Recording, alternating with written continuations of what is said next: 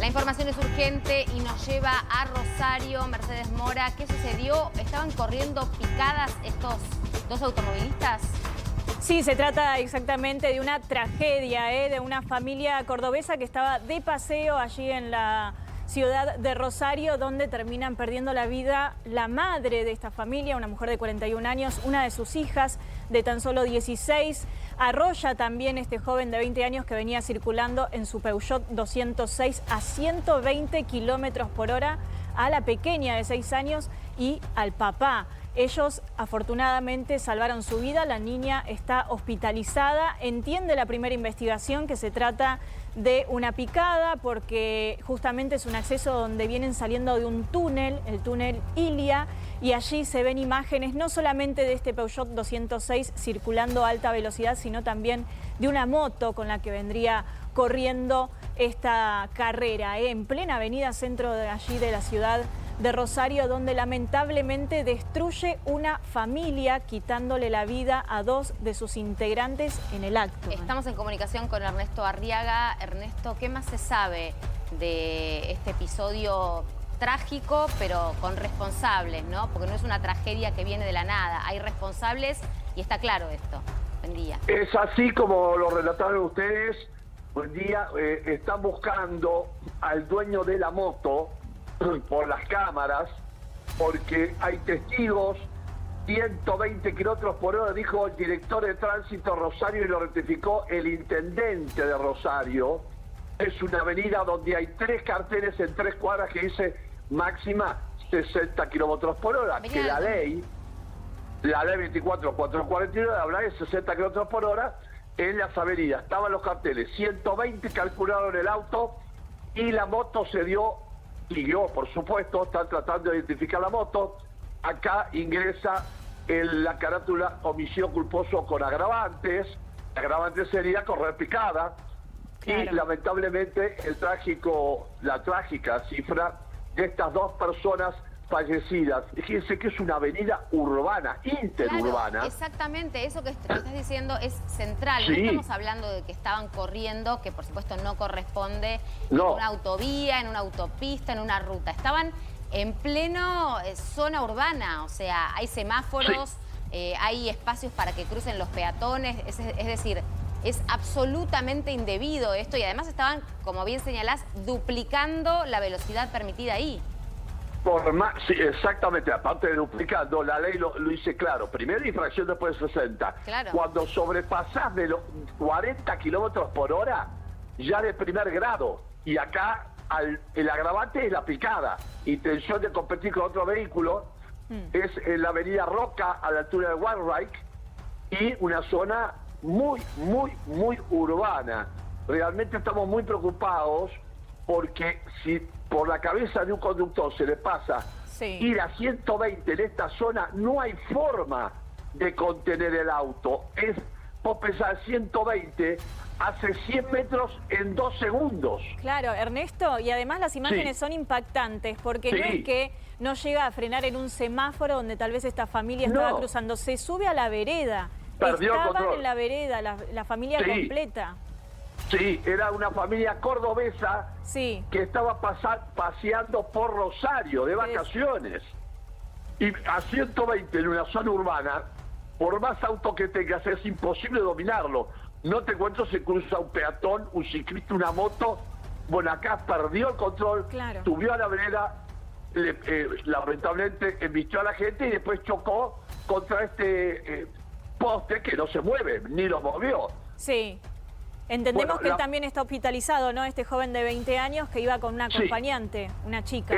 20 años, estaba acompañado con una señorita y lamentablemente esto es una tragedia. No es algo accidental. La locura es el que maneja la moto que se prendió en la picada.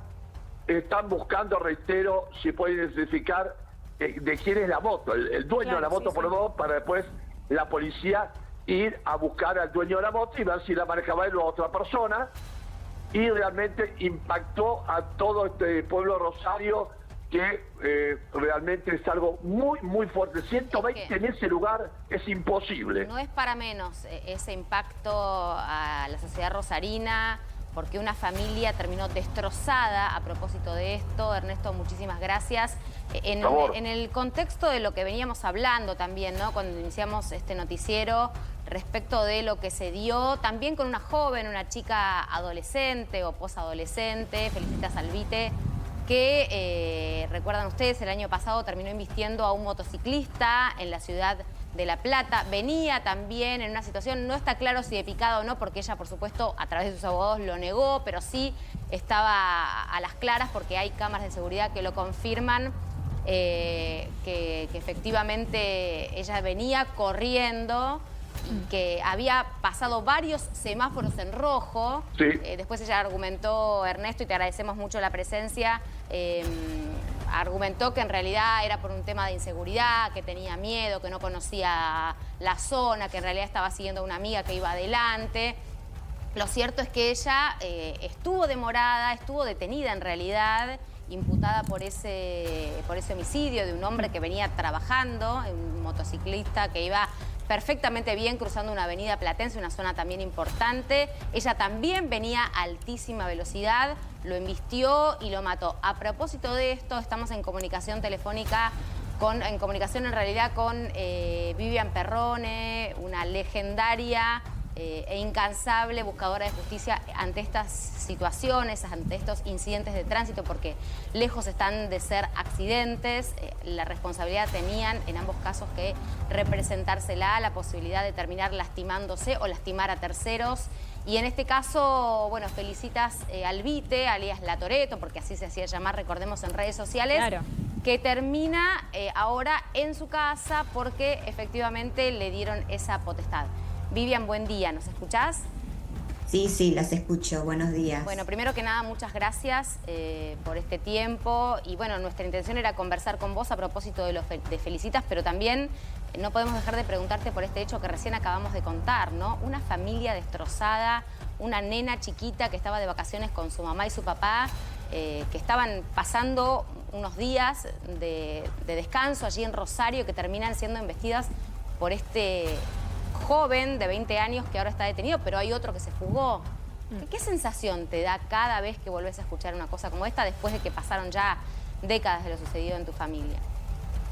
Mira, la verdad que primero causa mucho dolor porque uno sabe que ahora esta familia durante toda su vida va a sentir ese dolor. Y uno se pregunta, ¿con qué derecho? ¿Con qué derecho ellos deciden, estos asesinos? Porque la verdad que quien decide pisar un acelerador, correr una picada, en el caso de La Toretto, abandonó a la víctima, se fue del lugar del hecho. ¿Con qué derecho hacen esto? Y lo más doloroso es que después, cuando los casos están en la justicia, les dan, como en el caso de La Toretto, prisión domiciliaria o directamente libertad. Esperan al caso en libertad. Y cuando llegamos a un juicio en la Asociación Madres del Dolor, el doctor Nicodemo, que nos asesora y que acompaña a varios juicios, tuvimos el año pasado alrededor de 15 casos que acompañamos, y en esos casos en todos les dieron sentencia efectiva, pero en ninguno de ellos quedaron presos. Quedaron claro, o con prisión domiciliaria, o con sentencia efectiva, pero en suspenso. Sí. Entonces, eso es lo que más nos duele y eso es lo que hace que estos casos se sigan repitiendo todos los días. Vivian, ¿dónde más se puede trabajar? ¿En qué se tiene que profundizar para tratar de evitar esto? Que en realidad pasa por un tema personal, ¿no? De cultura, porque controles en algunos sectores vemos, las multas, la verdad es que están cada vez más caras como para tener mayor sanción, a ver si la gente por el lado del bolsillo toma conciencia, pero ¿dónde más hay que trabajar? Mira, nosotros tenemos un proyecto de ley que está en el Congreso de la Nación porque sí, las penas son irrisorias, ¿no? Te matan a un hijo, lo dejan tirado, el conductor estaba alcoholizado, yendo al doble o triple de la velocidad permitida y después la pena es 3 años en suspenso. Entonces lo que estamos pidiendo con este proyecto que presentamos y que ya pasó por las comisiones de la Cámara de Senadores, se tiene que votar en la Cámara de Senadores, estamos pidiendo que cuando hay agravantes que la sentencia vaya desde entre 4 años a 12 años de prisión en el caso de un homicidio culposo. 4 de mínima para que no le puedan dar sentencias en suspenso. Claro, porque recordemos que hasta 3 años de prisión, que es lo que vos mencionabas recién, Miriam, pueden, digamos, esperar digamos, el cumplimiento efectivo, por ejemplo, en una domiciliaria o con salidas transitorias, pero en general casi nunca es esta segunda opción, sino que es esto, ¿no? En la casa con tobillera, bueno, estas opciones, digamos, que son beneficios. Sí. Sí. Y que nos cuesta a todos, o sea, hoy en día estamos hablando de reducir gastos. Estamos viendo que las rutas están destruidas porque no se están arreglando. Pero si la Toretto está en su casa y sin pulsera magnética, sin tobillera, va a tener que ir alguien a su casa todos los días a constatar que ella esté ahí. Y eso la verdad que lo pagamos todos nosotros. Claro. Entonces, y en estos hechos cuando ocurren, el primer lugar donde te llevan es un hospital público, que también lo pagamos todos nosotros. Entonces la verdad es que antes de que ocurran estos hechos, primero tenemos que ver los controles, las campañas, vemos también lo que está pasando en la costa con los cuatriciclos y no hay ningún tipo de campaña como para evitarlo. No sé si ustedes en la asociación ya han tomado contacto con la familia que quedó destruida, ¿no? A propósito del caso de Felicitas Albite, si es que ellos se acercaron, ¿qué sabes de cómo están hoy? Sí, hemos hablado, yo hablé con la hermana de la víctima, de Walter, y la verdad es que en el momento en que hablé, bueno, estaban totalmente destruidos, confundidos, no sabían cómo seguir adelante. ¿Por dónde empezar, no? Porque también eso es muy doloroso, o sea, sentís la impunidad absoluta, no sabés qué hacer, te llevan de un lado para otro. Me acuerdo que hablando también con la hermana en entrevistas periodísticas nos dijeron que fuéramos para tal comisaría, después nos llevaron para... No, todo ese manoseo que recibe la familia, lamentablemente, que no les entregaban el cuerpo, digo, todo eso suma al dolor, porque eso no cesa, eso queda también impregnado dentro de esa vivencia dolorosísima. Sí, y también estamos viendo que están cerrando muchas oficinas de asistencia a las víctimas. Hay un número que es el 149, opción 2, de la Agencia Nacional de Seguridad Vial, que atiende las 24 horas del día y que funciona muy bien. Y eso da, le digo a toda la gente, eso da los primeros pasos que uno tiene que seguir, porque generalmente no es que ocurren en la esquina de tu casa. Claro. O estás de vacaciones y estás lejos, no sabes qué hacer con el cuerpo, no sabes o estás fuera del país.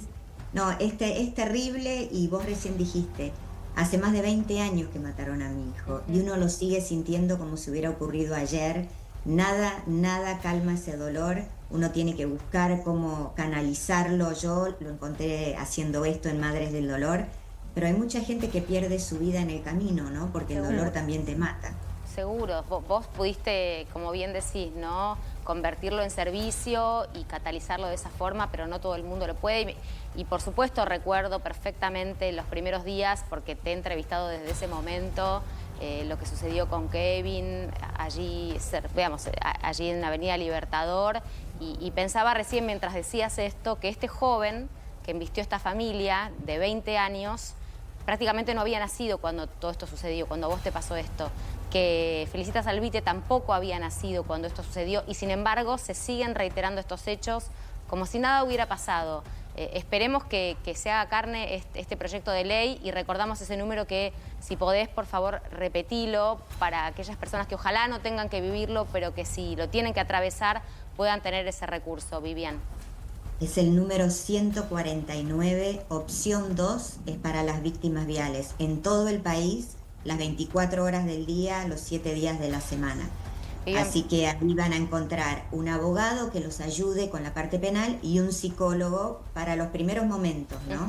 Y después, por supuesto, que estamos en la Asociación Madres del Dolor acompañando a todos los casos de violencia. Una lucha histórica la de Madres del Dolor. Muchísimas gracias, Vivian. Te mandamos un abrazo fuerte. Gracias a ustedes, un abrazo.